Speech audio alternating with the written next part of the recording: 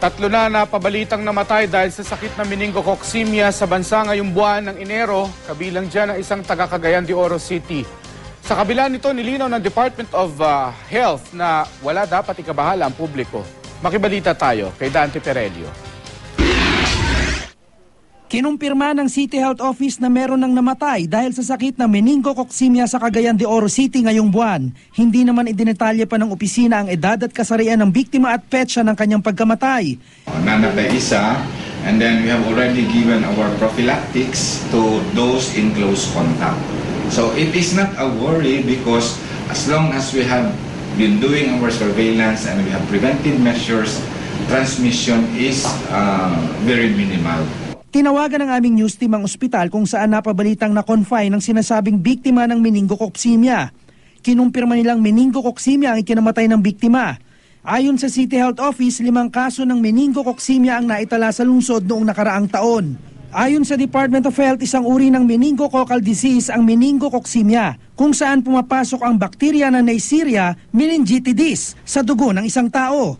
Hindi nalalayo ang sintomas nito sa dengue, kabilang na riyan ang pagkakaroon ng rashes.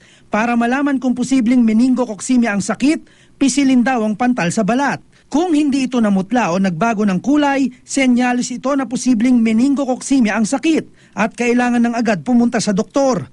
Naipapasa ang sakit sa pamamagitan ng direct contact o kung malapitang naubuhan ng may sakit, maaari ring maipasa sa pamamagitan ng halik.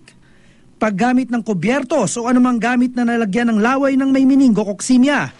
Nitong Lunes lang, isang lalaking 4 na taong gulang ang namatay sa Amang Rodriguez Hospital sa Marikina dahil din sa meningococcemia. Agad siyang ipinalibing. Nitong January 17, namatay rin sa hinihinalang meningococcemia ang isang babaeng 4 na taong gulang na taga Makato, Aklan.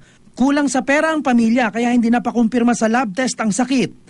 Noong nakaraang taon, mahigit 150 ang naitalang kaso ng meningococcemia sa bansa, 83 ang namatay.